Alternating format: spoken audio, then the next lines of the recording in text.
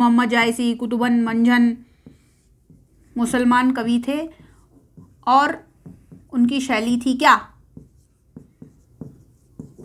मसनवी शैली। आज हम मसनवी शैली के बारे में बात करते हैं। मसनवी शैली कई बार पूछ लिया जाता है प्रायः बहुविकल्पात्मक प्रश्नों में, मसनवी शैली क्या है? तो इसमें क्या था कि प्रमुख विशेषता मुसलमान कवि थे और कौन सी शैली थी? मसनवी शैली। आज हम बात करते हैं मसनवी शैली के बारे में। विद्यार्थियों, मसनवी शैली क्या थी? मसनवी शैली, इसमें सबसे पहले किसकी स्तुति होगी? भगवान की, अल्लाह की स्तुति। तो इसका एक क्रम था कि सबसे पहले अल्लाह की स्तुति, अल्लाह परवरदिगार की स्तुति, ठीक है, अल्लाह परवरदिगार की स्तुति सबसे पहले की जाती थी। फिर हजरत मोहम्मद साहब की प्रशंसा,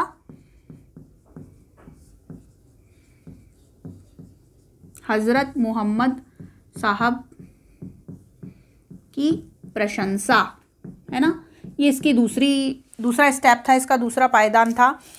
फिर उनके चारों मित्रों की प्रशंसा। किसके चारों मित्रों? हजरत मोहम्मद साहब के, बिलाल और ये सब इनके मित्र थे, कई मित्र थे, उनके चारों मित्रों की प्रशंसा। फिर उस वक्त जो शाहे वक्त होता था, शाहे वक्त जैसे उसका राजा, शाहे वक्त की प्रशंसा, है ना, शाहे वक्त की प्रशंसा। और फिर गुरु महिमा, फिर गुरु की महिमा। फिर आस्था और धार्मिक विश्वास,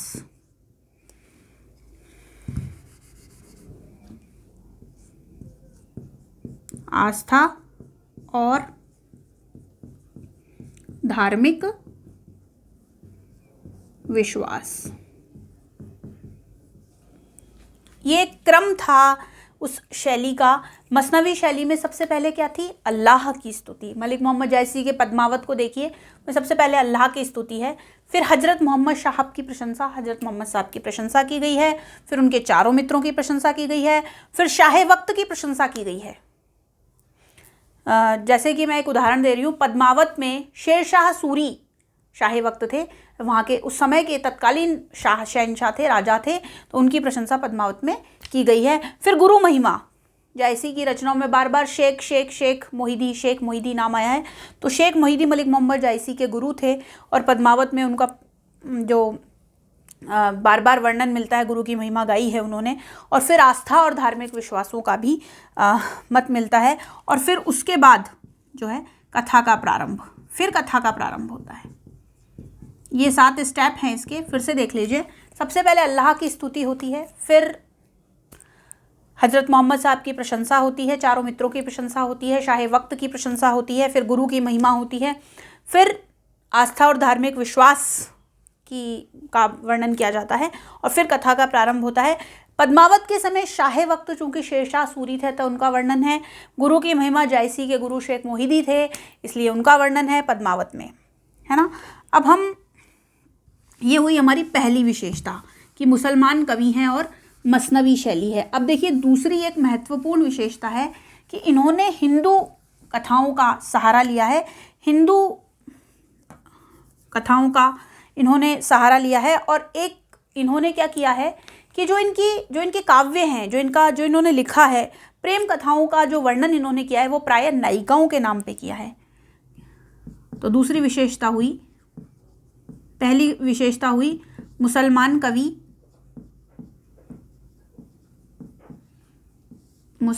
कवि और मसनवी शैली, है ना, समझा दिया मैंने, मुसलमान कवि और मसनवी शैली। दूसरी विशेषता है प्रेम कथाओं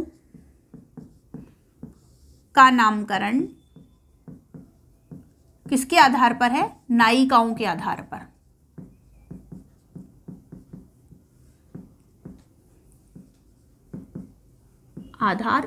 अब मान लीजिए कि इन्होंने क्या किया है कि नायिकाओं को तो माना है परमात्मा और नायक है आत्मा, है ना। तो क्या है कि नायिकाओं की प्राप्ति, जैसे पद्मावत में पद्मावती की प्राप्ति, मिर्गावत में मिर्गावती की प्राप्ति, मधुमालती में मधुमालती की प्राप्ति। तो नायिक प्रेम कथाओं का नामकरण क्या है, प्रायः किसके आधार पर किया गया है, नायिकाओं के आधार पर, है ना। तीसरा देखिए, लौकिक से अलौकिक प्रेम की व्यंजना है। अलौकिक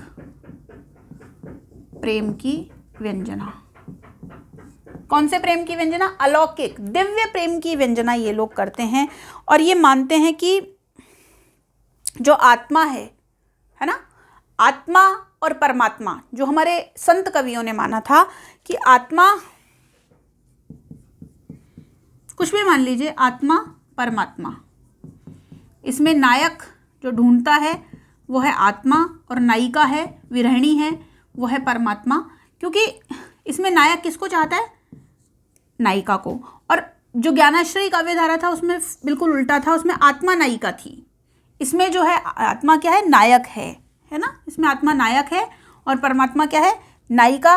और इसमें क्या है, मूल तत्व क्या है इसका, प्रेम है।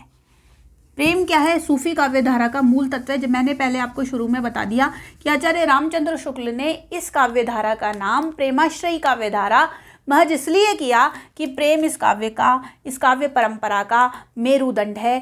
प्रेम इस काव्य परंपरा में, काव्यधारा में हर जगह विद्यमान है, इसलिए अलौकिक प्रेम की व्यंजना इसमें की गई है। अगली बहुत महत्वपूर्ण विशेषता है हिंदू संस्कृति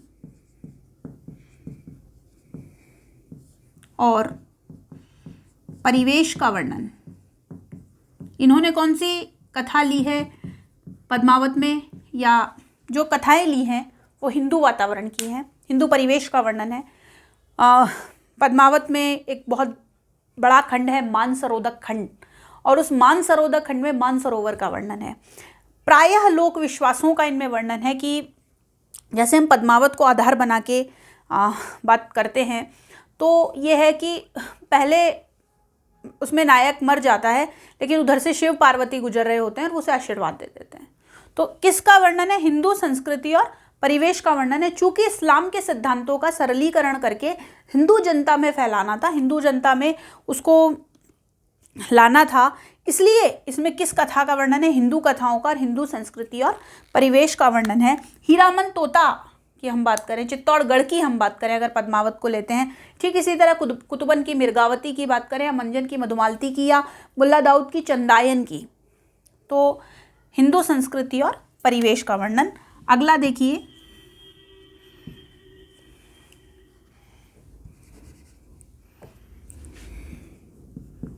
नायक को आत्मा और नायिका को परमात्मा। नायक को क्या माना है, आत्मा, है ना। संत काव्य परंपरा में उल्टा था, उसमें विरहिणी पुकार करती थी और परमात्मा जो थे वो नायक थे, लेकिन इसमें नायक को आत्मा माना है कि आत्मा जो है, आत्मा नायक है, आत्मा, और नायिका क्या है, परमात्मा नायिका है। तो इसकी प्राप्ति से ये होना चाहिए कि आत्मा को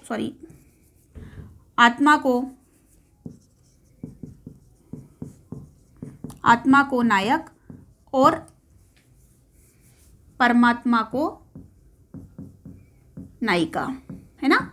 उसमें उल्टा था कि क्या, कि वो लोग नायिका किसको मानते थे, आत्मा को नायिका मानते थे, इन्होंने आत्मा को क्या माना है, नायक माना है।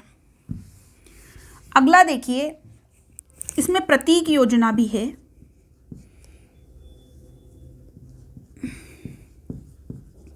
प्रतीक योजना है, इसमें वो कहता है मलिक मोहम्मद जायसी, इसमें प्रतीक योजना है।